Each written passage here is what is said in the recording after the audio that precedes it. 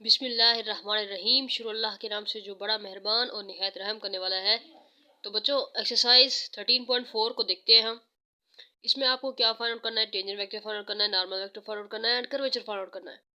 तो सबसे पहले आपको क्वेश्चन में आर ऑफ टी दिया हुआ होगा, आपने इसका क्या करना है? डेरिवेटिव लेना है। ठीक है, आपने यहाँ पर डेरिवेटिव लिया हुआ है आर का विद रिस्पेक्ट टू टी, जो कि आपके पास क्या होती है? वेलोसिटी होती है। ठीक है, अच्छा जी। तो ये आपने फर्स्ट डेरिवेटिव में वेलोसिटी यानी कि डेरिवेटिव फर्स्ट डेरिवेटिव में आपने फाइंड आउट कर लिया वेलोसिटी। उसके बाद आपने क्या करना है? वी का मार्ड यानी मैग्नीट्यूड लेना है, क्योंकि हमने टेंजेंट वेक्टर के फार्मूला में पुटअप करना है, इसीलिए हम इसकी वेलोसिटी लेंगे और वेलोसिटी का मार्ड लेंगे। क्योंकि टेंजेंट वेक्टर का जो फार्मूला होता है वो हम जानते हैं, वो होता है T is equal to V और वी का मार्ड। तो इसलिए हमने यहाँ पर क्या लिया हुआ है? यहाँ इसका डेरिवेटिव लिया हुआ है। हम जानते हैं यहाँ पर साइन टी है, तो यहाँ साइन टी का डेरिवेटिव कॉस टी होता है, और कॉस है यहाँ पर तो इसका होता है माइनस साइन टी। ठीक है, यहाँ पर टी का डेरिवेटिव 1 होता है। ओके जी, अच्छा जी। तो ये हमने फर्स्ट डेरिवेटिव फाइंड आउट कर लिया। उसके बाद हमने वी का मान ले लिया, और हम जानते हैं cos square T plus sine square T किस के बराबर होता है? 1 के। तो हमने इसको 1 के इक्वल कर दिया। ये हमारे पास 25 आ गया, 25 का अंडर रूट 5 होता है। अब हमारे पास वी भी आ चुकी है, वी का मार्ड भी आ चुका है। अब हमने सिंपली पुट किया है इस फार्मूले में, तो ये हमारे पास टेंजेंट वेक्टर फाइंड आउट हो चुका है। अब हमने करना है normal vector find out. Normal vector find out करने के लिए हम इसी का टेंजेंट वेक्टर का अगेन से डेरिवेटिव लेते हैं विद रिस्पेक्ट टू टी। तो इसका जब दोबारा से हम डेरिवेटिव लेंगे तो इजी है, साइन और कॉस ही यूज हो रहा है। उसके बाद हमने इसका मार्ड लेना है, इसका मार्ड लिया है। यहाँ भी सिंपल वही प्रोसेस है, sine square T plus cos square T को लिहाजा कर लिया, जो कि 1 के बराबर आ चुका है, और ये हमारे पास 3/5 के बराबर आ चुका है। अब यहाँ नॉर्मल वेक्टर के फार्मूला में पुटअप किया सिंपली। अब यहाँ क्योंकि ये डिवाइड हो रहा है, ये ऊपर जाएगा तो 5/3 हो जाएगा, जो कि इसके साथ सिंपली इजिली कैंसल आउट हो जाएगा। उसके बाद ये हमारे पास नॉर्मल वेक्टर भी फाइंड आउट हो चुका है। अब हमारे पास है कर्वेचर। तो ये हमारे पास देखें यहाँ पर 1 और वी का मार्ड है, D T over D T का मार्ड। अब यहाँ पर सिंपली इसमें पुटअप किया तो ये हमारे पास आ चुका है जवाब। सवाल एंड। अब हम सवाल नंबर 10 को देखते हैं। ये है सवाल नंबर 10।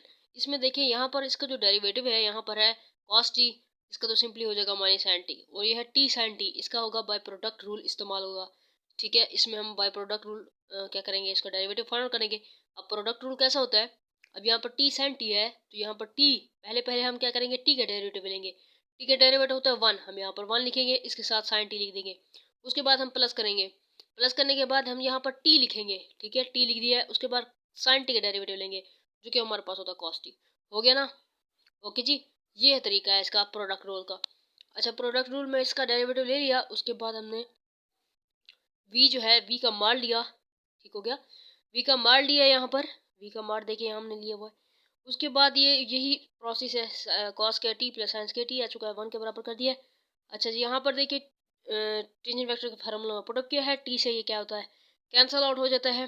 उसके बाद ये जवाब हो जाता है। उसके बाद इसका अगेन से जब डेरिवेटिव लिया तो सिंपली आ चुका है। उसके बाद हमने इसका अगेन से क्या किया? हमने मार लिया हुआ है, तो 1 का अंडर रूट 1 के बराबर होता है। ओके हो गया। तो यहाँ पर नॉर्मल वेक्टर के फार्मूला में पुटअप किया, उसके बाद कर्वेचर के फार्मूला में पुटअप किया। ठीक है जी, तो ये जवाब आ चुका है हमारे पास। अब हम देखते हैं सवाल नंबर 11 को। ये हमारे पास सवाल नंबर 11 है, इंपॉर्टेंट सवाल है। इसमें आपको दिया हुआ है ई टी। ठीक है जी, यहाँ पर आपको दिया हुआ है E T cos T I unit vector plus E T sine T J unit vector plus 2 K. अब इसको भी कैसे करेंगे? बाय प्रोडक्ट रूल हम डेरिवेटिव लेंगे। अच्छा जी, तो हम ये बाय प्रोडक्ट रूल जब डेरिवेटिव लेंगे तो हम जानते हैं ई टी का डेरिवेटिव में ई टी ही होता है। ठीक है, तो हमने लिखा ई टी कॉस टी, फिर प्लस करा हमने ई टी लिखेंगे, कॉस टी का डेरिवेटिव लेंगे तो वो हो जाएगा माइनस साइन टी। ओके गया? ओके हो गया। अच्छा, टू कांस्टेंट का डेरिवेटिव हमेशा 0 होता है। अब ये वी का मार लिया हुआ है, ये देखें वी का मार लिया हुआ है। अब यहाँ पर इसमें सिंपली हमने क्या किया है? जो स्क्वायर था उसको ओपन किया है। ठीक है, उसके बाद यहाँ पर ई टू टी कॉमन ले लिया है, कॉस के टी प्लस साइन के टी को लहदा कर लिया है, ताकि हम इजीली क्या कर सकें? 1 के इक्वल कर सकें इसको। ठीक है, तो हमने इसको 1 के इक्वल पुट किया। उसके बाद ये हमारे पास 2e2t आ जाता है, इसका अंडर रूट है। अब ये 2 का अंडर रूट आ जाएगा, e2t है तो एक ये इसके साथ कैंसिल, बाकी t यहाँ पर आ जाएगा। ठीक है जी। अच्छा, यहाँ पर इसके फार्मूला में पुटअप किया हमने, t इक्वल टू वी, और वी का मार्ड है यहाँ पर देखें, इसमें पुटअप किया सिंपली। अच्छा, तो ये हमारे पास टेंजेंट वेक्टर फॉर्म हो चुका है, e t इसके साथ कैंसिल आउट हो जाएगा। ठीक है, अब यहाँ पर हमने अगेन से इस टेंजेंट वेक्टर का डेरिवेटिव लिया हुआ है। अब इसका अगेन से जब हमने डेरिवेटिव लिया है तो हम ये कांस्टेंट को क्या ले आते हैं? पहले ले आते हैं, पहले ले आए। उसके बाद हमारे पास कॉस थीटा, कॉस टी का डेरिवेटिव लिया हुआ है हमने माइनस साइन टी, ठीक हो गया। अच्छा जी, तो ये डेरिवेटिव, उसके बाद इसका मॉड आगे देखते हैं।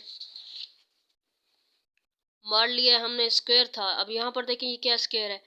अच्छा, इसको क्या करना है हमने, अब यहाँ पर देखें आपने क्या किया हुआ है, स्क्वायर को क्या करना है, ओपन किया हुआ है। अब ये ए की दो जमा बी की दो जमा ए की दो जमा बी की दो जमा दो ए बी वाला जो फार्मूला है, यहाँ पर आएगा ए की दो जमा बी की दो माइनस दो ए बी वाला जो फार्मूला है वो ओपन होगा यहाँ पर, ठीक है। तो यही हमने इसको ओपन किया हुआ फार्मूला को। उसके बाद यहाँ पर हमने इसका दोबारा मार लिया हुआ है सिंपली, ये इसके साथ कैंसिल आउट, वन आ जाता है, वन की इक्वल, ठीक हो गया। अच्छा, तो यहाँ हमने एन के फार्मूला में क्या करना, पुट करना है, पुट कर दिया सिंपली, ये इसका जवाब आ चुका है। उसके बाद का के फार्मूला में पुट किया है, तो ये इसका क्या चुका है, जवाब आ चुका है। अब हम देखते हैं अगला क्वेश्चन नंबर 12 को।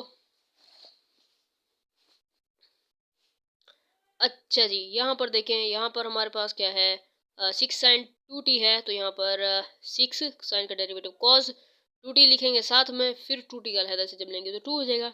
ओके हो गया, इस तरह से इसका डेरिवेटिव लिया हुआ है। फिर उसके बाद ये देखिए मॉड है इसका, सिंपली यहाँ पर भी सिर्फ यही यूज़ हो रहा है। अब यहाँ पर देखिए कॉस के टी टू, कॉस के 2t प्लस साइंस के 2t किस चीज़ के बराबर जगह 1 के, ठीक है।